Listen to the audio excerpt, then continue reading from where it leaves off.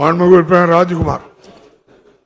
பேரவைத் தலைவர் அவர்களே, மிக முக்கியமான பிற்படுத்தப்பட்ட பகுதி என்கின்ற அடிப்படையிலே நம்முடைய மாண்புமிகு அமைச்சர் அவர்கள் எங்களுடைய மாவட்டத்துடைய பொறுப்பு அமைச்சர், அவர்கள் நன்கு அறிவார்கள். ஆகவே அந்த பகுதிகளிலே மாண்புமிகு அமைச்சர் சொன்னது போல மிக முக்கியத்துவம் அறிந்து குறித்து அதற்கான நிதியை விரைவாக அளித்து அந்த திட்டத்தை துவங்குவதற்கு ஆவணம் செய்ய வேண்டுமா தங்களாக கேட்டு அமர்கிறேன். மாண்புமிகு அமைச்சர் அவர்கள். மாண்புமிகு பேரவைத் தலைவர் அவர்களே, அவருடைய கோரிக்கை பரிசீலிக்கப்பட்டு வருகிறது என்பதையும் தெரிவித்துக் கொண்டு, கூடுதலாக அந்த மாவட்டத்தினுடைய பொறுப்பு அமைச்சர் என்ற முறையில் குத்தாலம் அரசு கலை அறிவியல் கல்லூரியிலும் இந்த ஆண்டு முதல் புதிதாக சமூக நீதி கல்லூரி மாணவியர் விடுதி தொடங்கப்படும் என்ற மகிழ்ச்சியான செய்தியும் தங்கள் வாயிலாக அவருக்கு தெரிவித்துக் கொள்கின்றேன். விநாயகன் 19 மாண்புமிகு உறுப்பினர் பூண்டி கே கலைவாணன் மாண்புமிகு பால்வளத்துறை அமைச்சர் அவர்கள். மாண்புமிகு பேரவைத் தலைவர் அவர்களே, திருவாரூர் சட்டமன்ற தொகுதி மன்னார்குடி ஊராட்சி ஒன்றியம் வடபாதிமங்கலம் ஊராட்சியில் அந்த வடபாதிமங்கலம் TJR 106 பால் உற்பத்தியாளர் கூட்டுறவு சங்கம் கலைத்தல் நடவடிக்கையில் இருந்து வந்தது.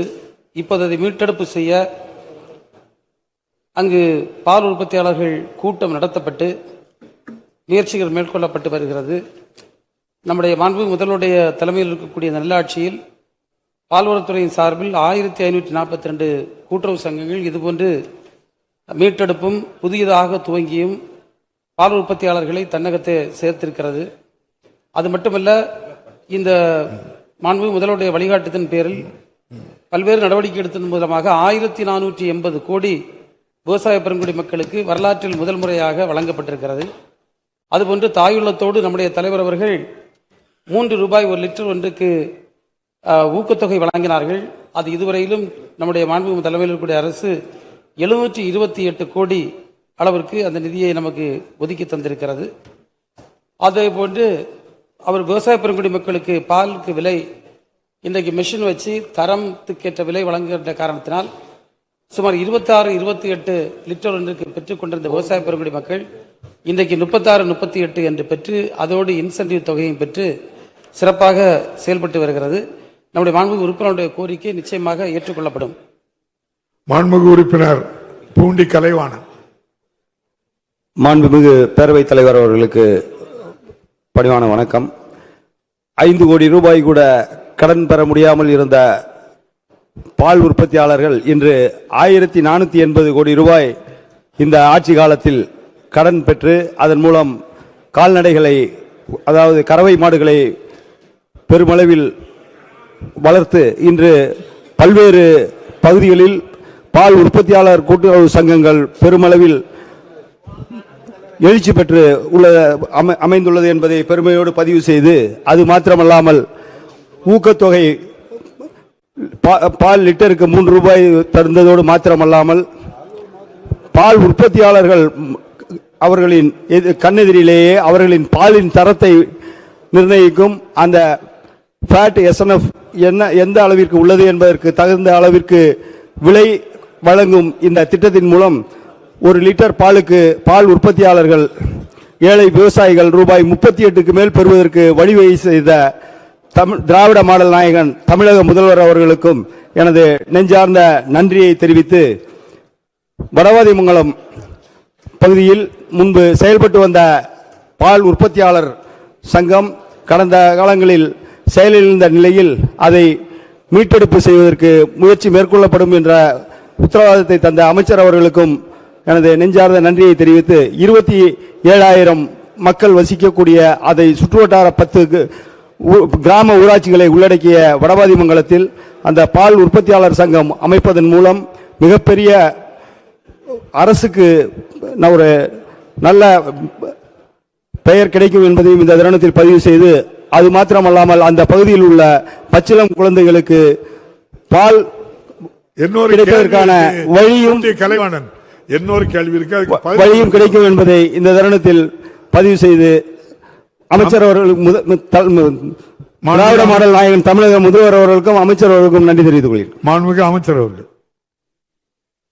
மாண்புமிகு பேரவைத் தலைவர்களே, நம்முடைய மாநிலத்தை பொறுத்தவரையில் இந்த கூட்டுறவு என்பது ஒரு வலுவான கட்டமைப்பை கொண்டிருக்கிறது. ஆனாலும் பல பகுதிகளில் இன்னும் அன்கவர்டு ஏரியாஸ் என்பது இருக்கிறது.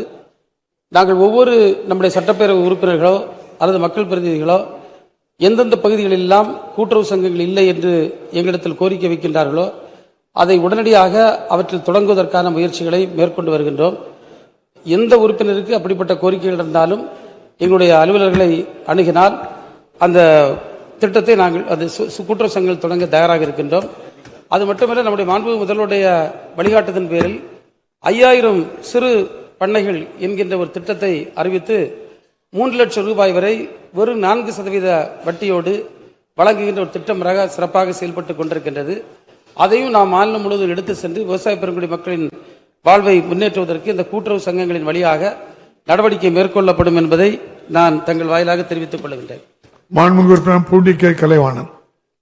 கொரடாச்சேரி கலைஞர் பால் உற்பத்தியாளர்கள் கூட்டுறவு சங்கம் துவங்கப்பட்டது துணை முதல்வர் அவர்களால் 4/3/2025 அன்று துவங்கப்பட்ட அந்த சங்கத்திற்கு 14/5/2025 அன்று வருகை தந்த பால்வளத்துறை அமைச்சர் அவர்கள் 200க்கும் மேற்பட்ட பால் உற்பத்தியாளர்களுக்கு கறவை மாடுகளை வழங்கினார்கள்.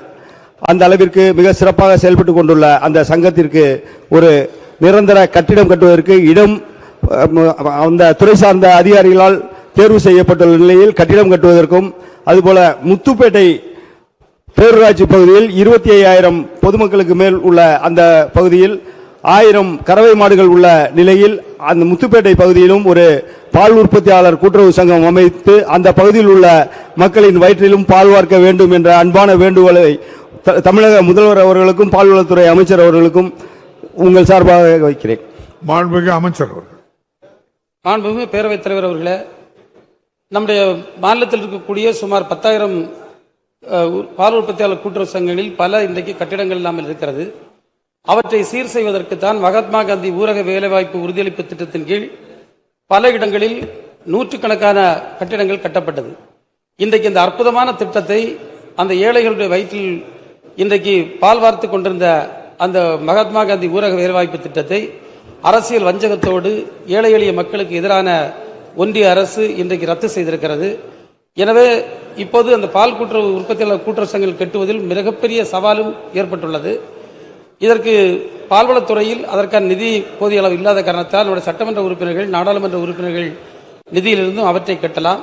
எனவே நாங்கள் இதை மாண்புமிகு முதல்வருடைய கவனத்திற்கு எடுத்து சென்று மீண்டும் ஒன்றிய அரசை தொடர்ந்து வலியுறுத்தி ஏதாவது திட்டத்தை பெற்று அந்த கட்டிடங்கள் கட்டுவதற்கான முயற்சியை மேற்கொள்வோம். முத்துப்பேட்டை பற்றி மாண்புமிகு உறுப்பினர்கள் குறிப்பிட்டார்கள். முத்துப்பேட்டை மட்டுமல்ல, நான் ஏற்கனவே கூறியது போன்று எந்தெந்த பகுதிகளெல்லாம் கூட்டுறவு சங்கங்கள் இல்லையோ அந்த பகுதியில் கூடிய விவசாயிகளை நீங்கள் எங்களிடத்தில் அறிமுகம் செய்கின்ற வைத்து பால் கொள்முதல் செய்வதற்கான நடவடிக்கை மேற்கொள்ளப்படும். நான் ஒன்றை மட்டும் இந்த நேரத்தில் கூற கடமைப்பட்டிருக்கின்றேன். இன்றைக்கு நம்முடைய ஆவின் செயல்படுவதன் காரணத்தினால்தான் ஏழை எளிய மக்களுக்கு ஆண்டு முழுவதும் தரத்திற்கேற்ற விலை கிடைப்பது உறுதி செய்யப்படுகிறது.